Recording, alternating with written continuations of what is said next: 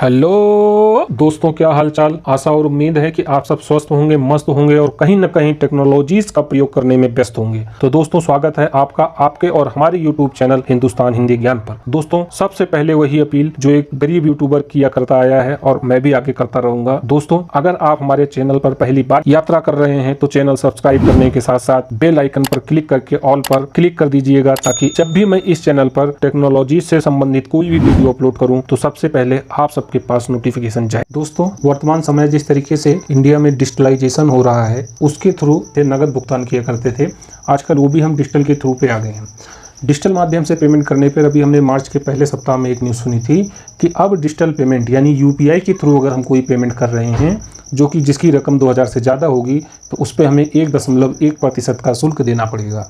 ये मार्च के last week में काफ़ी प्रचलित न्यूज़ रही है और काफ़ी लोगों के होश फाख्ता हो चुके थे, क्योंकि लगभग आज के समय पे हर आदमी गूगल पे, फ़ोन पे, पेटीएम, मोबीक्विक या फिर व्हाट्सएप, यूपीआई, बहुत तमाम प्रकार के बैंकों के यूपीआईज हैं, इन सब का प्रयोग हम करके पेमेंट का भुगतान किया कर रहे थे। तो दोस्तों जिस तरीके से यूपीआई के लेन देन पर 1.1% का जो शुल्क लगने वाली खबर आई, ये हम सभी लोगों के लिए एक झटका होने जा रहा था। तो दोस्तों, उसके लिए भी एनपीसीआई यूपीआई को लेके आई हम लोगों के सामने। जिस तरीके से एक आरबीआई की संस्था होती है जो हम लोग कैश लेन देन करते हैं बैंकों से, उसके ऊपर वो अपनी निगरानी रखती है, सेम उसी तरीके से एनपीसीआई जो कि आरबीआई के तहत काम करती है, ये भी सिर्फ डिजिटल पेमेंट का जो लेन देन का तरीका है उसके ऊपर ये कार्य कर रही होती है। तो इस एनपीसीआई ने सारी चीज़ों को समझाया है।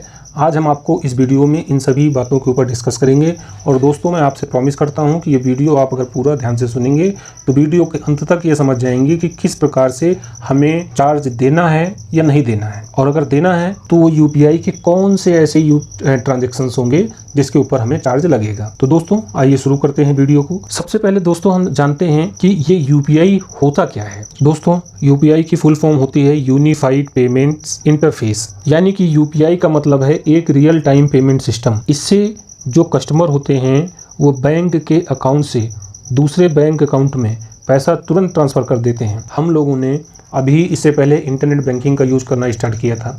दोस्तों, उस समय क्या होता था कि उसमें हमें उसका अकाउंट नंबर डालना है, उसका एफएससी कोड डालना है, उसको हमें उसका नाम डालना होता है। कहीं पर कोई चीज़ मिसमैच हो गई तो उसमें उसकी पूरी तरीके से डिटेल्स वगैरह भर के तब हम आईएमपीएस कर सकते थे, जिसमें हमें काफ़ी समय लग जाता था। तो जो अभी यूपीआई है, इससे रात हो या दिन हो कभी भी आप मनी ट्रांसफ़र कर सकते हैं और कहीं पर भी इंडिया में आपको ये मनी ट्रांसफ़र करने की सुविधा उपलब्ध हो जाती है। तो इससे क्या होता है कि जो कस्टमर होते हैं उसके मोबाइल में फ़ोन पे होगा, पेटीएम होगा, गूगल पे होगा, मोबीक्विक होगा, भीम ऐप होगा, या इस तरीके से बहुत सारे यूपीआई के जो ऐप हैं ये अभी हम लोगों के फ़ोन में उपलब्ध होते हैं। तो इससे क्या होता है कि जो हमारा बैंक अकाउंट होता है उसको यूपीआई से लिंक करना होता है। जो एक बैंक अकाउंट होता है वो कई यूपीआई के जो ऐप होते हैं, जैसे मैंने पहले नाम लिया गूगल पे, फ़ोन पे, पेटीएम, मोबीक्विक या अदर्स जो भी हैं, इनसे लिंक किया जा सकता है। लेकिन ये नहीं है कि सिर्फ इन्हीं से लिंक किया जा सकता है, कई बैंक अकाउंट को एक ही यूपीआई के जरिए भी हम लोग चला सकते हैं। हमें यहाँ पर ये भी ध्यान रखना है। तो दोस्तों, ये होता है यूपीआई। दोस्तों, मैं एक आपको आंकड़ा भी बता दूँ कि अभी केंद्रीय वित्त मंत्रालय ने संसद में 2022-23 में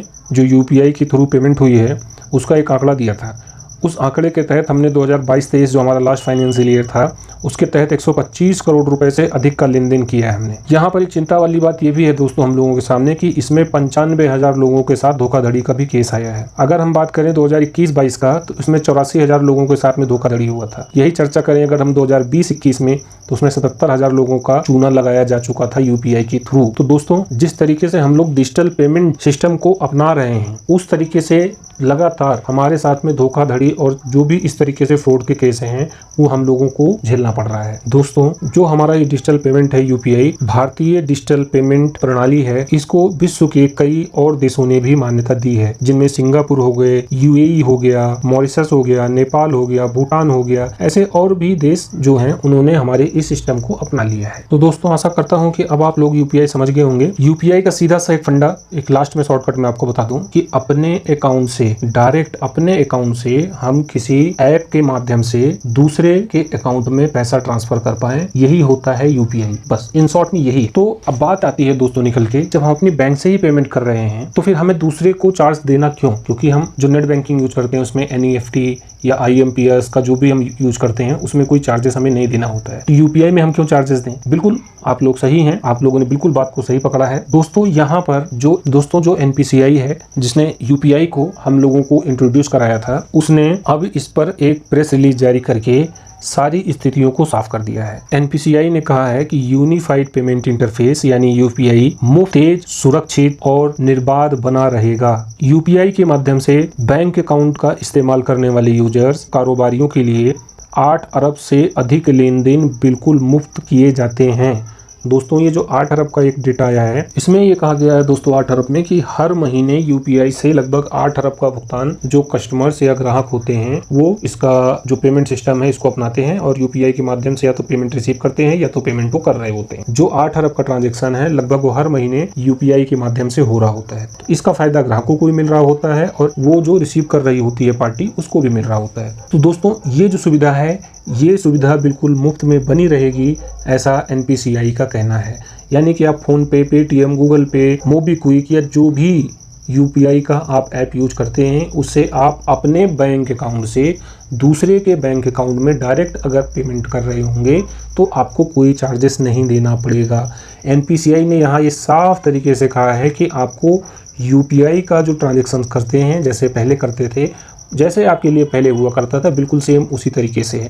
अब बात ये निकल के आती है दोस्तों कि फिर ये जो चार्जेस लगने वाली सिस्टम है ये हल्ला कहाँ से होगा।